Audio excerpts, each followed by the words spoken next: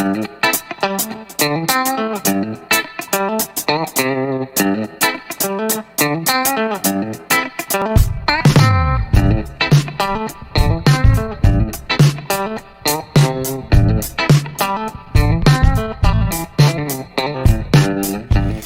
meu irmão, olá, minha irmã querida, seja bem-vindo a mais um episódio do nosso Meditai, Graça e Paz. Hoje nós vamos falar um pouquinho sobre a visão de Elias no Monte Carmelo, a visão da pequena nuvem e aquilo que Deus pode falar ao nosso coração. Fique atento. Lá no livro de 1 Reis, no capítulo 18, a partir do verso 41, diz assim a palavra de Deus. Então disse Elias a Acabe: sobe, come e bebe, porque há ruído de uma abundante chuva. E Acabe subiu a comer e a beber, mas Elias subiu ao monte Carmelo, e se inclinou por terra, e pôs o seu rosto entre os seus joelhos. E disse ao seu servo: sobe agora e olha para o lado do mar. E subiu e olhou e disse: não há nada. Então disse ele: volta lá 7 vezes. E sucedeu que a 7ª vez disse: eis aqui uma pequena nuvem como a mão de um homem, subindo do mar. Então disse ele: sobe e dize a Acabe: aparelha o teu carro e desce para que a chuva não te impeça. E sucedeu que, entretanto, os céus se enegreceram com nuvens e vento, e veio uma grande chuva, e Acabe subiu ao carro e foi para Jezreel.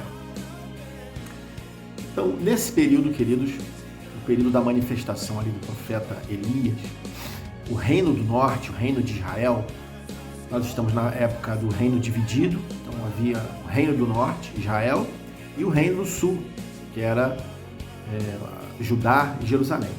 Então o reino do norte vivia ali uns dias de muito assombro, de muita escuridão, porque o povo havia se rebelado e mais uma vez esquecido completamente de Deus. O reinado de Acabe prosperava, ele era um homem mau, havia se unido em casamento a uma mulher perversa também chamada Jezabel.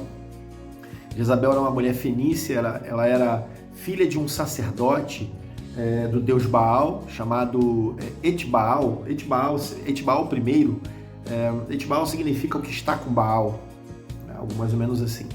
E Jezabel, o nome dela significa Baal exalta, ou esposa de Baal. Então ela era uma pessoa que desde o seu nascimento foi educada, instruída nessa cultura pagã. E ela se torna a esposa de Acabe. O reino de Acabe é o reino de Israel. E aos poucos o que ela faz? Ela começa a governar, porque Acabe se mostra um rei fraco, um rei submisso. Então Jezabel toma a frente, e ela, como sacerdotisa, sacerdotisa consagrada, ela se caracterizava como uma profetisa, uma espécie de porta-voz desse deus pagão. Então quando ela começa ali, depois do casamento com Acabe, a governar, ela começa então a impor essa cultura pagã, vai aos poucos suprimindo os ritos mosaicos, e ela vai tornando a cultura de adoração ao deus Baal algo de forma extensiva em todo o reino. Então isso começa a dominar toda a nação de Israel, o sacrifício de crianças, o culto a Baal, a formação de sacerdotes e a implementação dessa adoração pagã por todo o reino. Então, por causa dessa idolatria, por causa desse pecado grave, o Senhor ali, através de Elias, ele determina um tempo de grande seca. Isso vai levar o reino a um caos inimaginável. São tempos muito difíceis. Então Deus determinou que esse tempo de sequidão acontecesse, inclusive também para demonstrar a sua força e a sua autoridade como Senhor, como Deus. Porque assim, era uma forma de o povo ver quem era o verdadeiro Deus. E por que isso?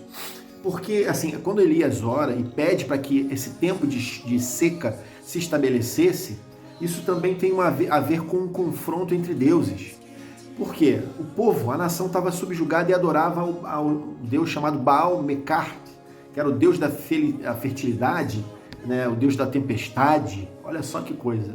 Então Deus implementa o tempo de sequidão e de chuva, de seca, né? Em contrapartida ali do outro lado, enquanto Baal está de um lado, do outro lado está Yahvé, o Senhor Deus Todo-Poderoso.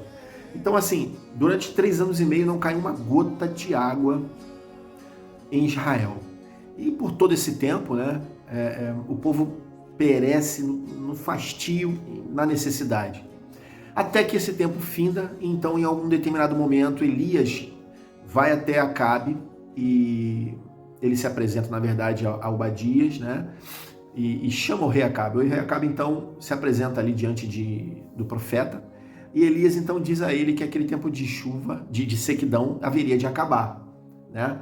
Então Elias diz assim, está lá no verso 41, ele diz assim: então disse Elias a Acabe, sobe, come e bebe, porque há ruído de abundante chuva.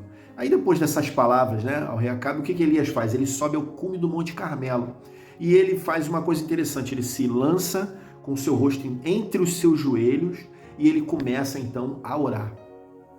E aí ele dá ordem ao seu servo, ao seu moço, que estava sempre com ele, para subir e o mais alto e olhar para além do mar, né? E ali eles estão diante do mar Mediterrâneo. É uma vista muito bonita. É um lugar onde ele está, ele consegue ver o mar até a sua infinitude ali, até aquele ponto da junção do céu com o mar. Então o profeta chama o seu servo e pede para que ele diga o que ele está vendo. Ele contempla aquele mar ali e ele diz assim, ó, não tem nada. Não há nada. Então a gente vê logo de cara a visão da descrença, né? É uma visão de apatia. Essa resposta do servo demonstra isso, essa visão humana, dependente de uma ação de Deus, incapaz de confiar no sobrenatural. Ele está diante do mar, o profeta está orando, está de joelhos, está com o rosto em terra, mas aquele servo sobe, olha e diz, não tem nada. Então, mas só que para Elias isso era uma questão de tempo, porque Deus no seu coração já havia dito que a água, a chuva viria. Então ele diz para o seu servo, volta lá 7 vezes. E continua. Primeira vez, segunda, terceira, quarta vez, nenhum sinal de chuva, nenhum sinal de nuvem. Quinta vez, sexta vez, até que, verso 44. E sucedeu que a 7ª vez disse, eis aqui uma pequena nuvem, como a mão de um homem subindo do mar. Então disse ele, sobe e diz a Acabe, aparelha o teu carro e desce para que a chuva não te impeça. Então, olha só que coisa interessante, porque lá atrás, quando Elias falou para Acabe, né, quando Elias disse assim, come e bebe, sobe, come e bebe, porque há ruído de uma abundante chuva, na verdade não havia nem sequer uma nuvem. Não havia o menor sinal de chuva, não havia vento, não havia o menor sinal de tempestade.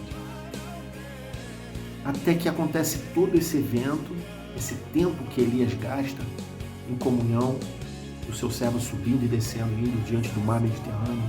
Olha, não tem nada, não tem nada, não tem nada, não há nada, não há nada, não há nada. Opa, há uma nuvem do tamanho da mão de um homem, né? Então assim, ele subiu 7 vezes, 6 negativas. Na 7ª, o servo diz, né, que há uma pequena nuvem surgindo do tamanho da mão de um homem. Só que esse era o sinal de Deus. Esse era o sinal de Deus para Elias, de que a chuva abundante estava chegando, né? Então assim, o sinal de Deus nem sempre é claro para a nossa vida. Pela lógica, talvez, pela razão. Às vezes a gente não vê nada diante dos nossos olhos, nas circunstâncias, nas situações que a gente está vivendo. Mas o sinal de Deus está lá. Talvez é uma questão de ótica. Para aquele servo, ele só viu uma pequena nuvem, para ele talvez não significasse nada, mas para Elias, aquela pequena nuvem era o sinal de Deus, era o sinal da chuva, que ele lá atrás havia dito para o rei que viria, né? Então assim, o sinal de Deus, como eu falei, ele nem sempre é claro pela lógica ou pela razão, mas ele sempre vai ser claro para todo aquele que crê. Aleluia. Então assim, na fé a visão natural é sempre suplantada pela visão do sobrenatural, porque Deus pode tudo, simplesmente por causa disso. Então Elias acreditava dessa maneira, ele tinha essa fé. Por essa razão foi que ele disse para Acabe, né? Sobe, come e bebe, porque há ruído de uma chuva abundante. Então assim, como eu falei, a mensagem que Elias recebeu do seu servo 6 vezes foi uma mensagem desoladora, né? E pela meteorologia, se você parar para olhar, uma nuvem do tamanho de uma mãozinha de um homem no céu, ela não representa absolutamente nada em termos de mudança climática. Mas aí é que está, Elias enxergava uma grande chuva, uma nuvem de tempestade, uma nuvem de resposta, uma nuvem de bênção, uma nuvem de bálsamo, uma nuvem de descedentar, uma terra ressecada em fastio, em estio de pão e água. Uma chuva, assim, Elias via naquela nuvem um potencial de chuva abundante para trazer de novo a vida para os rios, encher novamente os poços, né? Regar a terra, trazer alívio, fazer as sementes crescerem, trazer a fartura, trazer a prosperidade de novo. Essa era a visão de fé de Elias. Então, assim, a fé é algo extraordinário e é capaz de abrir os nossos olhos para o poder de Deus. Até mesmo, antes mesmo de orar, né? Elias já sabia que Deus havia de responder, porque no seu coração Deus já havia dito, né? Então, assim, toda essa visão do profeta, até aquele ponto, ela era simplesmente excepcional, né? Elias foi alguém que passou por extremas dificuldades também, ele sofreu a seca, né? Se você ler o relato ali do capítulo, dá uma virada de página antes, capítulo 17, dá uma lida e você vai ver como que Elias também sofreu pela falta da água. Então ele passou extrema dificuldade, ele teve exilado, ele sofreu perseguições, correu o risco de perder a própria vida, mas só que ele não desanimou, né? Elias conseguiu ver um propósito maior na sua vida e ele via além das adversidades, ele via além dos dias maus. Então, assim, Elias era alguém que confiava na providência divina. Os olhos, a palavra vai dizer que os olhos são a janela da alma, né? A forma como nós vemos o mundo pode nos projetar vitórias ou derrotas, né? Então, assim, o modo como nós percebemos a vida traz muita influência para as nossas ações, né? Tudo que nós fazemos passa pelo processo mental primeiro. Então, assim, o pensamento positivo, né, aliado à fé, à confiança em Deus, é certeiro e é sempre edificante, né? Se a gente for fraco na fé, se a nossa força for pequena, né, em oração, em comunhão, então dificilmente a gente vai ter resultado e vai ter sucesso, né? A Escritura, como eu falei lá, que os olhos são as janelas da alma, né? A Escritura vai dizer lá em Mateus 6:23, se porém os teus olhos forem maus, o teu corpo será tenebroso, e se portanto a luz que há em ti são trevas, quão grandes serão tais trevas. Jesus diz isso em Mateus 6:23, né? Então, assim, muitas vezes nós queremos ver uma manifestação imediata de Deus na nossa vida, mas até como o profeta Elias, o milagre aconteceu de forma gradual. Ele teve que orar, ele teve que insistir, e teve que agir contra as palavras desanimadoras do seu servo, dizendo, não tem nada, está perdendo tempo, não tem nada, não vem nada, não vai acontecer nada, né? Mas foi quando, na sua insistência, na sua visão de fé, ele viu aquele sinal e entendeu que ali havia a resposta de Deus. Então nós precisamos, para encerrar aqui, nós precisamos ler os sinais de Deus, e sempre procurar tomar decisões que melhorem as nossas atitudes, de forma a enfrentar também as nossas imperfeições de caráter, as nossas imperfeições do nosso caráter cristão, aprimorar a nossa vida, né, para que a gente possa ver a vida de uma forma diferente em Deus. Então, assim, lembre que Elias orou 7 vezes e a resposta veio depois da oração. Isso também nos fala que a comunhão é imprescindível para que a gente possa ter uma vida de resultado e de sucesso. Então, assim, queridos, não esqueçamos que o justo de Deus viverá sempre pela sua fé. Deus te abençoe.